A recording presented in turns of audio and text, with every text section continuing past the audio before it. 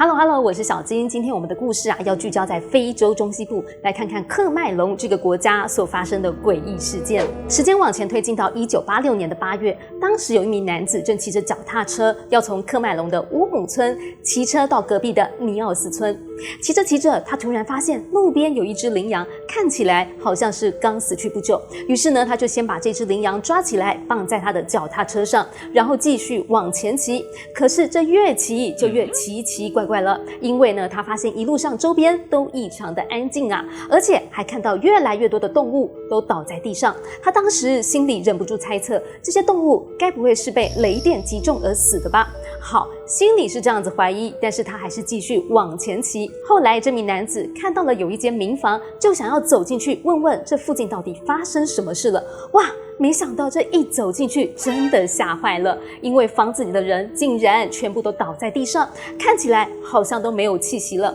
他忍住惊吓的心情，想说到旁边再去看看，结果其他的屋子状况也都差不多，屋内的人也都倒了下去。这名男子是吓得赶紧夺门而出，这下脚踏车他也不要了，他直接用跑的，照跟他不会累，用最快的速度冲回去他的家乡乌姆村。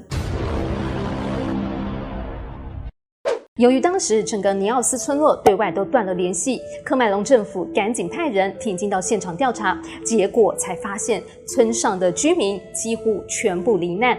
尼奥斯村只剩下了个位数的人幸存下来，至于那些动物牲畜也都死去了。幸运活下来的人讲到了8月21号那天晚上，在空气中突然闻到了一股很难闻的奇怪味道，想要开口讲话，却发现没有办法说话，想要走到孩子的床边，整个人站起来，却立刻倒了下去。其他的人还说眼睛鼻子出现了灼痛感，当时还突然一直咳嗽，感觉好像就快要窒息了，而且他们还说有听到了像是打雷一般的巨大声响。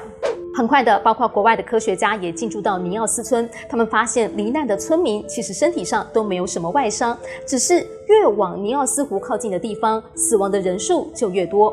连同附近的村落加总起来，丧命的人就多达了1746位，另外还有3500多头的牲畜也都难逃一劫。科学家调查发现，村民们应该是死于窒息。还有那时候不是有人说有听到轰然巨响吗？再加上尼奥斯湖那时候不太对劲，因为湖水颜色突然变成诡异的红褐色，所以这次调查就把矛头指向了尼奥斯湖。但是什么东西可以害1700多人同时窒息丧命呢？专家推测应该就是大量的二氧化碳了。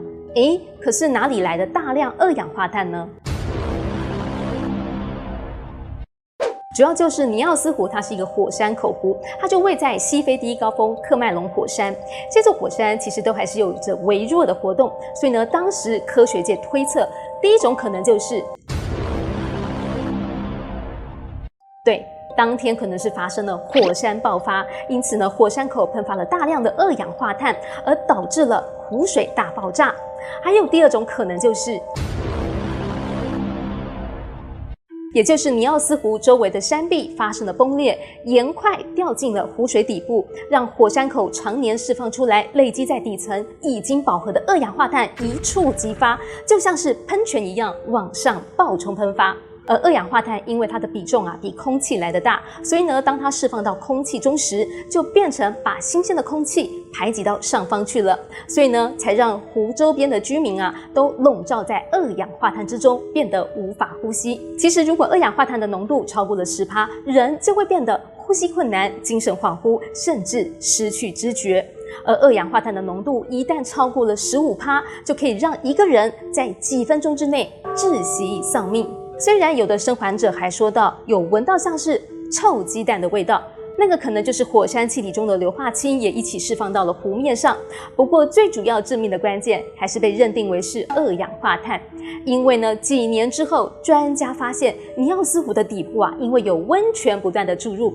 而导致二氧化碳的浓度不断的累积上升。因此呢，后来为了解决这个问题，就干脆在尼奥斯湖设立了3根排气管，让湖底的二氧化碳等气体在平常的时候就能够赶快被排出去，而且还设立了监测站，及时掌握数据，以避免又发生这样遗憾的悲剧。